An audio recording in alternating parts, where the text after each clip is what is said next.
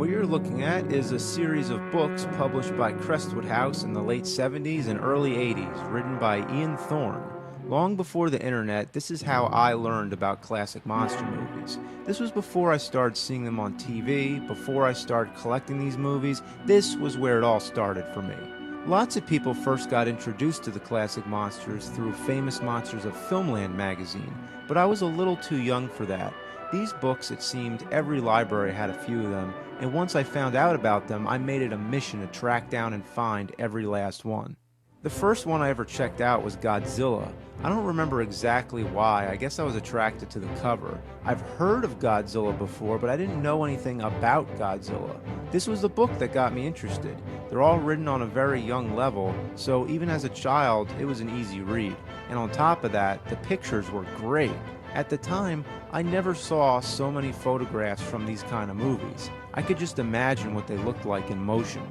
And just reading the text brought to mind so many mental images, I could see the movies happening in my head before I actually saw them. From a filmmaking perspective, that was important for me, to learn how to visualize something before you see it in reality. There were some factual errors. It says that there were two endings to King Kong vs. Godzilla. In the Japanese version, Godzilla wins, and the American version, King Kong wins, but that is totally false.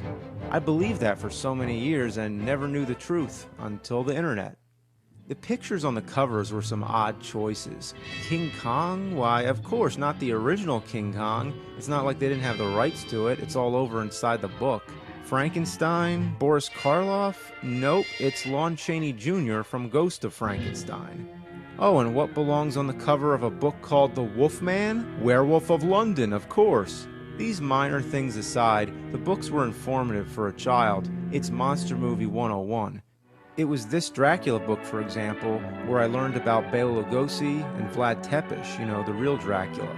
It's the whole basic history from the Bram Stoker novel all the way to the different Dracula movie series and spin-offs. This series of books we'll call the Orange series because there was also the Purple series, also published by Crestwood House. These ones focused more on individual movies rather than franchises, but with less background information and more just an adaptation.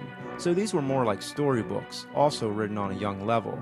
I remember reading The Mole People and being totally immersed. I could see the movies so clearly in my mind, and then when I saw the actual movie, it wasn't as good as my imagination. But anyway, this is my personal history. This is how I got into monster movies.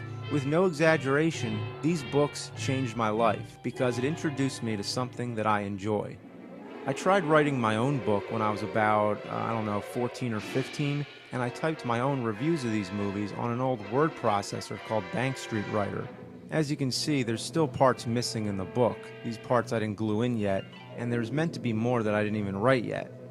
The intention was to introduce other people to monster movies as I had been, but who the hell was going to read this unless I photocopied it? I never imagined that the internet would come along and I'd be able to make videos and share them with the whole world. So if you really want to know where Monster Madness started, this is it, and now I'm sort of living that childhood dream. Isn't technology so cool?